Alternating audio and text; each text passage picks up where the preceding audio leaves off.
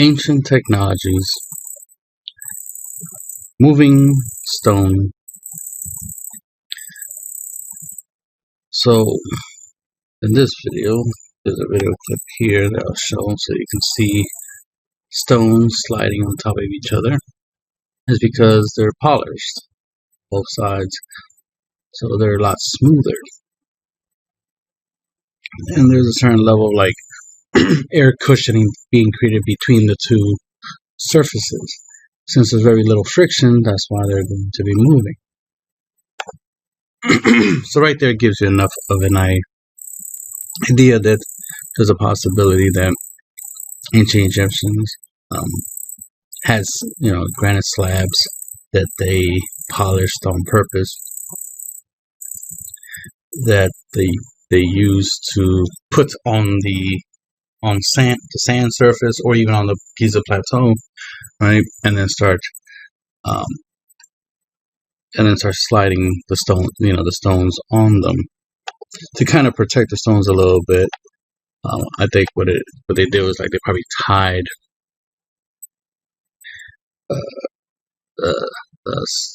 they tied the stone to a slab, right, and then it slid it around, similar to kind of using a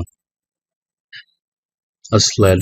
They technically don't have to use granite on granite concept. That was just something I was pointing out. It's like it seems like an interesting idea because it does work to a certain degree, right? It moves, and those type of smooth surfaces with very little friction, right? Because it's very smooth, not grainy.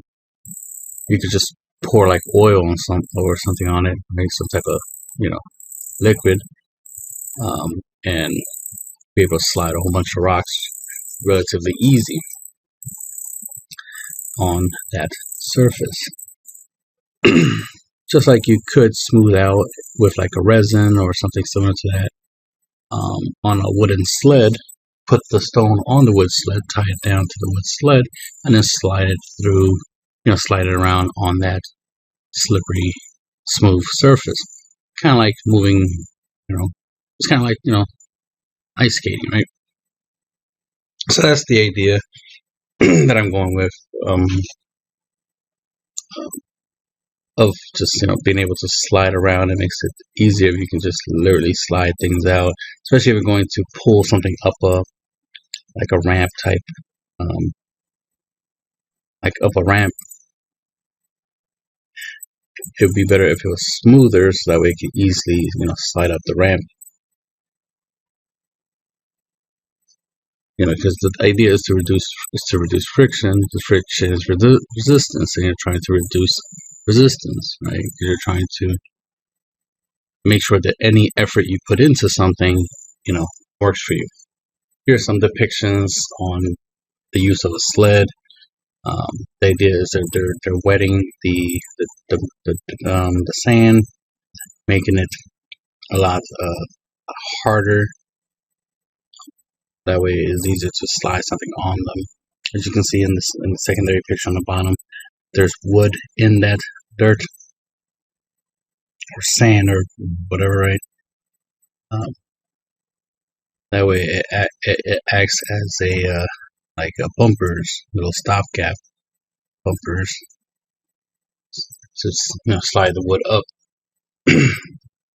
the ramp. So interesting idea there. There's a depiction over here on the far top left of Egyptians, moving a big stone statue, using a sled, and putting some water. So I remember having the same idea before I even found out about this picture even existed. This was something that was actually depicted in a temple. It's like, oh, okay, so did do stuff like that, because I had the same type of idea. So this just further proves my idea. So moving on. So they could have used lead, right? Another way of moving the stones.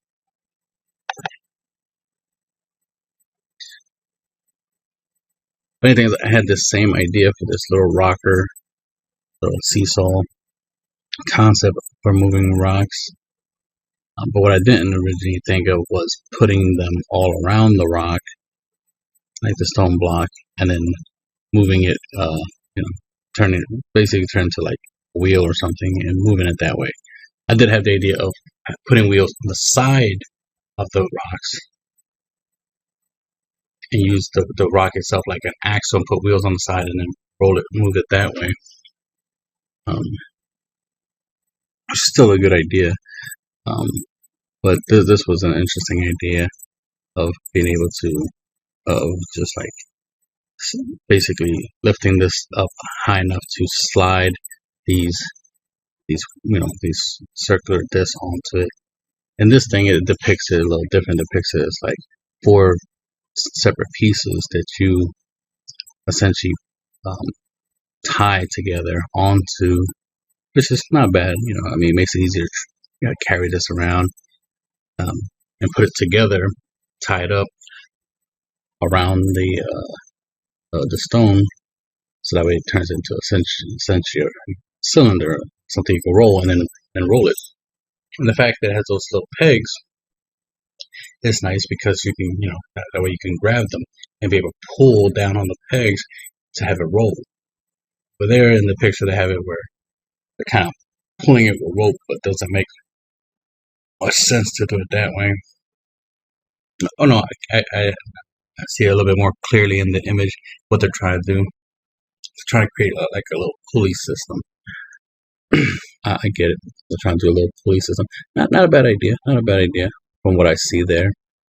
So now I understand what that picture is trying to illustrate. It's like, okay, so that's not a bad idea. Not the best idea ever, because you're still using humans for it. I would use more of a mechanical process to do it, like counterweights and stuff, make things faster. The idea for me is to make the workload easier for people, because if you have the ingenuity and the creativity to even put wheels on these big giant stone blocks, you have to have the creativity and ingenuity to be like, okay, let's use weights to pull this stuff, because us pulling it, it's just us using strength, basically effort or work to make things move. Which is, we're going to run out of energy and stuff like that, right? We're going to need a lot of food and stuff like that for us to function.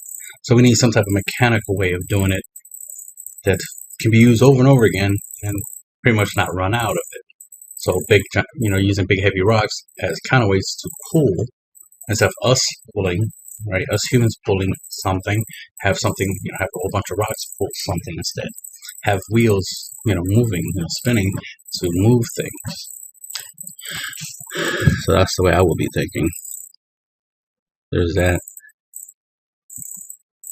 So that's another method for moving them. Another one would be to create like a sled. This was kind of cute. It's like, oh, it looks like a little, little skateboard, and they put a boat on top of it, right? And this would allow them to be able to basically on a boat, right, just move around on land. So basically, this is good on land and in the water, right? So it's an ancient amphibious vehicle. So that's a way of looking at it. Like, this could be used, technically in the desert, but it could also be used in the ocean.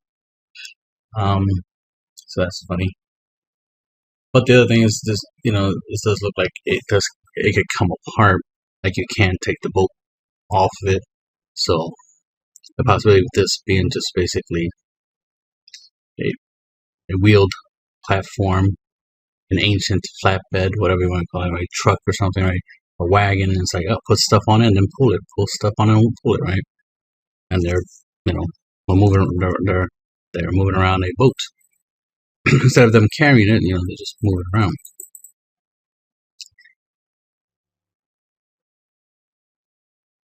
So that was kind of cool to see, because the main thing over here is it shows that they know the concept of a wheel, so they can definitely make things move with wheels, right? We use wheels all the time to make things move.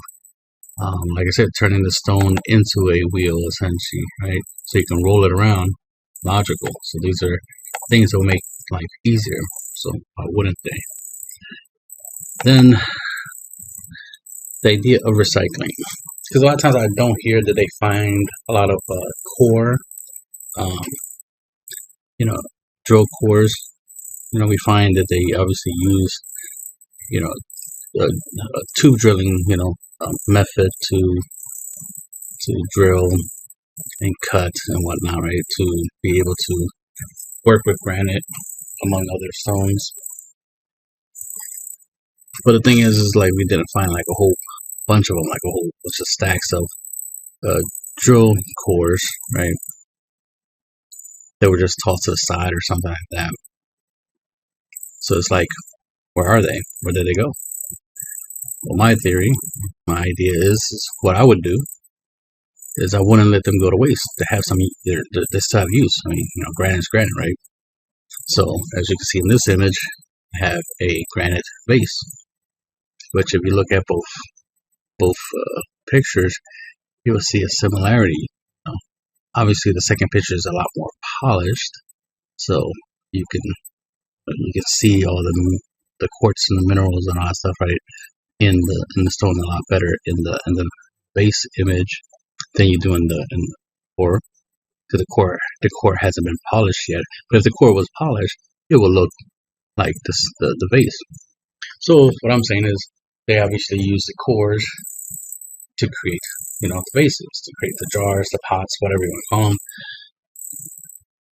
just so the cores won't go to waste. So that's why it'd be hard to find a whole bunch of drill cores, which is why when they found some, it was a big deal. Because when you think about it, it's like, well, it shouldn't be hard to find them when there should be a whole bunch of them, since a whole bunch of them were made. And if they didn't use it for anything else, where are they? Well, we found a lot of pots, so there they are. That's my theory. It's what I would do, which is why I'm saying it's my theory. It's like, yeah, that's what I would do. I would recycle. That's the point I'm trying to make is, ancient humans were logical enough to repurpose things, make things useful. So the other thing, besides using these to be able to make these pots or bases or whatnot, since they're already in a cylinder type shape, why not use them as rollers, right? I don't think I have an image for the idea of using them as rollers. I don't, but here's an image showing, a whole bunch of holes where there were drill holes, drill core holes. Clearly, where are those cores at? Clearly, a whole bunch of holes were made, but where the cores at?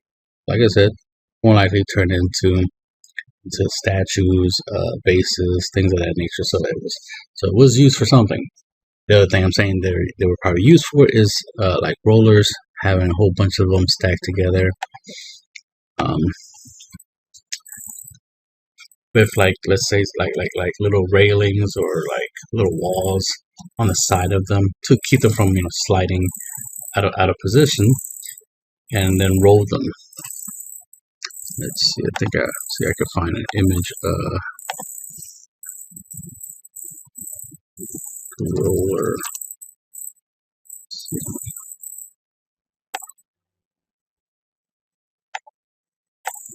Belt. Not what I'm looking for. That. There you go. Something similar to that. So it's something like this. Where you get all the drill cores stacked next to each other. They're more likely to be the same size, and they'll be able to roll. You just want to put them somewhere, where they can roll. Not a potential possibility. Let's see.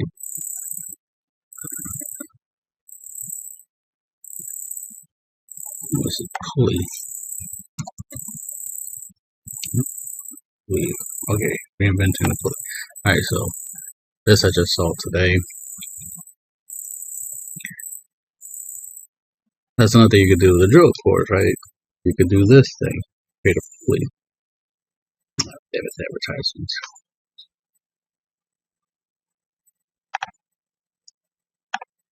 Alright, I'm back. Please. Let's see. There you go. So you see, that looks like a drill core to me, right? And then they can use it to put rope on it and pulley, and they just need something that's concave where the cord can fit on, and then have it roll. Let's see. It's an image of it part of the video showing it rolling. See, there's it rolling. Put like some type of oil. That's what it looks like. They put oil. You see it slipping. It's like, see, it's moving. It's trying to move the big rock. It's spinning. There's some potential there. So that's another thing I think the cores could have been used for, to help to create a pulley system like that, or to use it to roll around a bunch of blocks, because you would just have a whole bunch of these drill cores put in into a. I was thinking like, oh, a ball pit. Let me look at a type of ball pit so I kind of get an idea. So always envisioned this idea in my head, like a small little, like ball pit, or get the idea, or like marbles.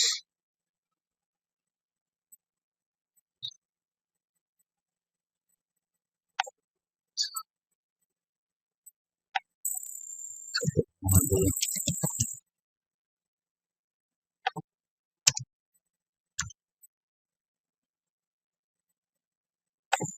Box.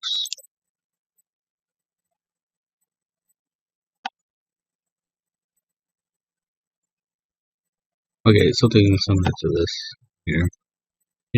That's the thing. You just need like walls to keep the marbles from, obviously spreading out, and then just have a whole bunch of marbles individually around, something a little more like this. You can even have it like this. This is kind of nice. The idea there's like little holes and indentations, so that way they can roll around. Like I said, you put a little oil in there, and basically ball bearings, right? The idea, and they'll just spin in those little holes and stuff. And then the idea would be you're rolling stuff on top of them. So you have something like this, a whole bunch of little marbles or balls or granite balls, whatever, or diorite balls, because a lot of times I see they keep talking about, oh, we found a lot of diorite stones. They're circular. It's like, circular, like a ball. Imagine if you, were to wet them and put them in, in some type of like box, like wooden enclosure, right? The little box,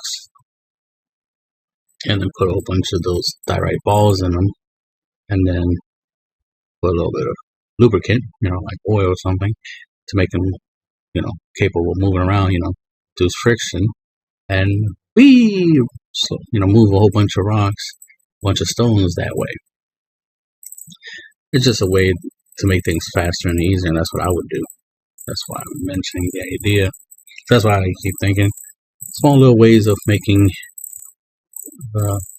building Great Pyramids and any stone structure, or just anything in general, easier. I mean, because even I would use some of these methods nowadays. Granted, we do have much better stuff, like we do have cranes and stuff, and pickup trucks and whatnot. So we do have a lot better things now that we could just use that stuff instead and make life easier. I'm just saying that if I was to try to do something and I didn't have a lot of money, right? If I didn't have cranes and pickup trucks and bulldozers and stuff like that, but I wanted to create something big and massive, then this is how I would try to do it with, very little things.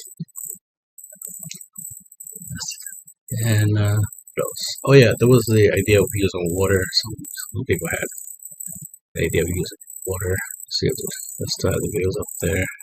I think I moved them. Oh yeah, of using